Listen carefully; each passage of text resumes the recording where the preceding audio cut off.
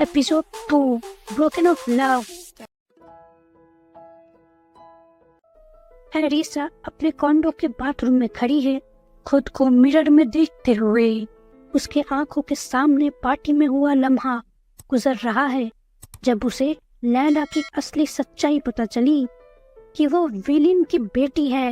लैलिन, जिस इंसान से वो बेइंतहा नफरत करती है, वो उस इंसान की बेटी है और उसे उससे मोहब्बत होने लगी है। लैलिन एरिसा के कॉन्डो के अंदर जबरदस्ती जाती है, आई को धक्का देकर दरवाजे पर, जो उसे रोक रही थी अंदर जाने से। हे ये स्टॉप इट, मुझे अंदर जाने दो।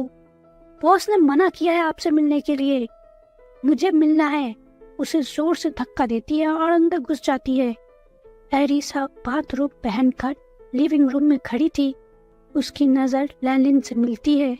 हमें बात करनी चाहिए, एरिसा इशारों से आई से कहती है वहां से जाने को।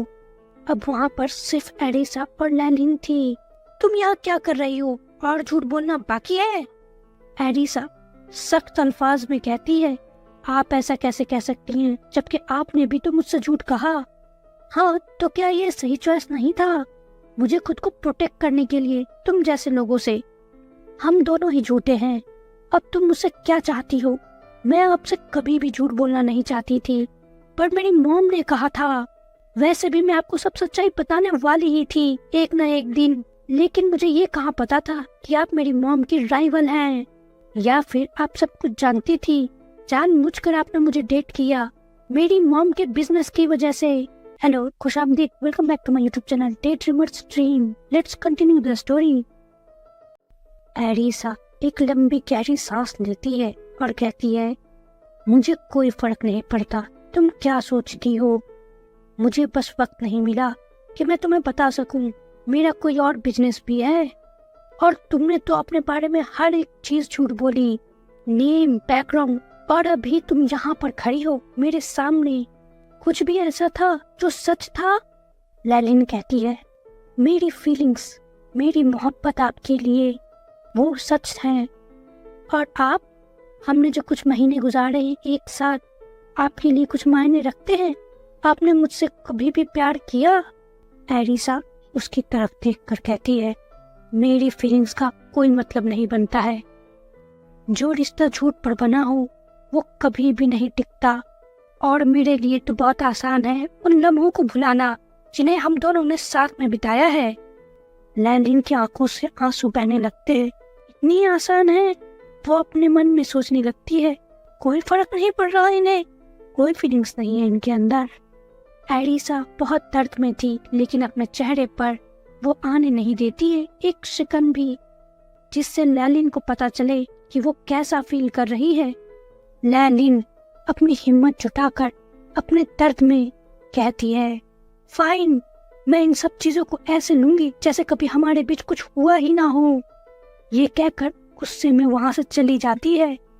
एरिसा बस उसे वहां से जाता देखती है। एरिसा की आंखें उसका दर्द बयान कर रही थी कि वो कितनी तकलीफ में है। जो कुछ भी उसने लैलिन से कहा और जैसे उसने लैलिन के साथ बिहेव किया, वो उतना ही दर्द उसे भी दे रहा है जितना लैलिन को हो रहा है। एरिसा कुछ घंटों से लगातार प्रैक्टिस कर रही है बॉक्सिंग रिंग में अंकल मैक के साथ।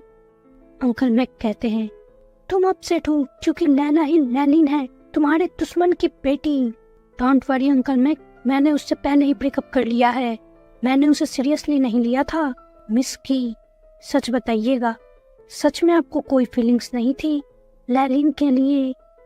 एरिसा अंकल मैक से अपनी नजरें छुपाते हुए कहती है, नो, मुझे कोई फीलिंग्स नहीं थी। मेरे मॉम डैड के बदले से इम्पोर्टेंट और कुछ भी नहीं है।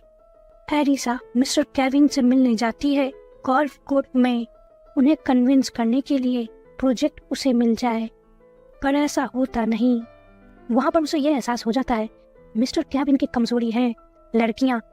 वहां पर के जो आदमी हैं वो एक लड़की के पीछे हैं, लेकिन उसकी अपॉइंटमेंट किसी को जल्दी नहीं मिलती, वीआईपी को मिलती है। उसकी नजरें स्पार्क करती हैं। वो इन चीजों को बहुत ध्यान से देखती है। रात के वक्त लैलिन अपने फ्रेंड के साथ बार में बैठी हुई थी। ड्रिंक्स पर ड्रिंक्स पिए जा रही थी वो। उसकी फ्रेंड कहती है, बस करो, अगर यहाँ पर तुमने उल्टियाँ की ना, मैं साफ नहीं करने वाली तुम्हें। नो, आज मैं बहुत पीऊंगी जब तक मैं उसे भूल नहीं जाती। ड्रिंक्स पीने की वजह से तुम बस कुछ देर के लिए उसे भूलोगी, हमेशा के लिए नहीं भूलने वाली तुम उसे। तो फिर मैं हर दिन पीऊंगी, हर दिन मैं उसे भूल जाऊं। बेवकूफ लड़की, तुम क्या चाहती हो मैं क्या करूं?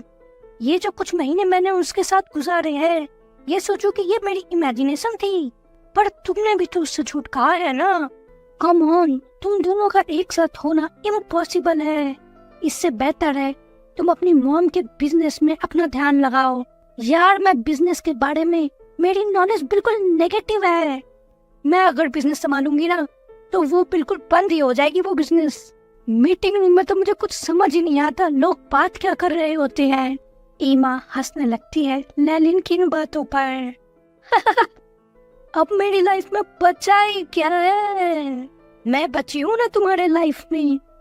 एटलीस्ट तुम तो हो मेरी फ्रेंड इस जिंदगी में मेरे लिए। लैलिन झुककर उसे गले से लगा लेती है। ये सारी चीजें एरिसा सीढ़ी पर खड़ी होकर इन दोनों को देख रही थी, जो उसी वक्त वहाँ उस बार में पहुंची थी। जल्दी से वो लैलिन के पास जाती है, उसके हाथ पकड़कर उन दोनों को अलग करती है।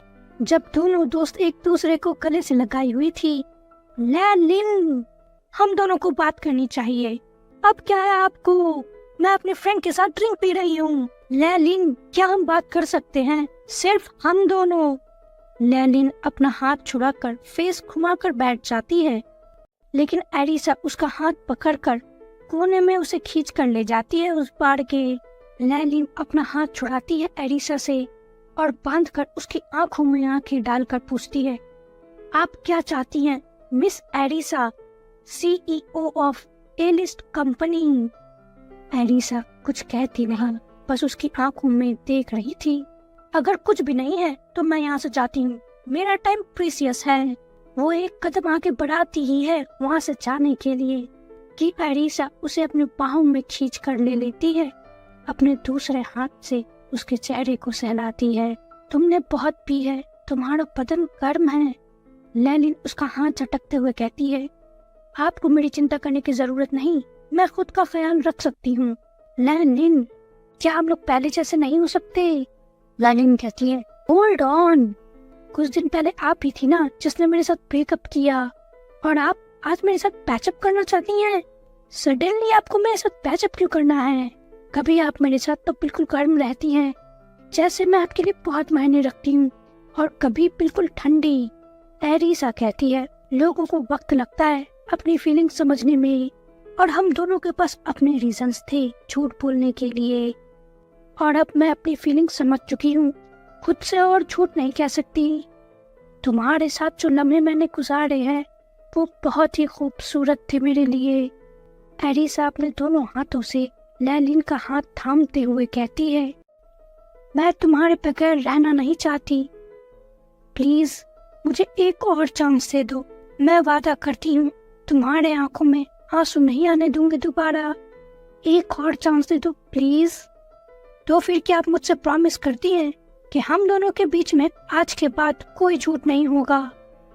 एरिसा लैलिन की ये बात सुनकर हल्का सा स्माइल करती है और उसके गालों को पिंच करती है, गर्दन हामी में हिलाते हुए। लैलिन जल्दी से एरिसा को गले से लगा लेती है।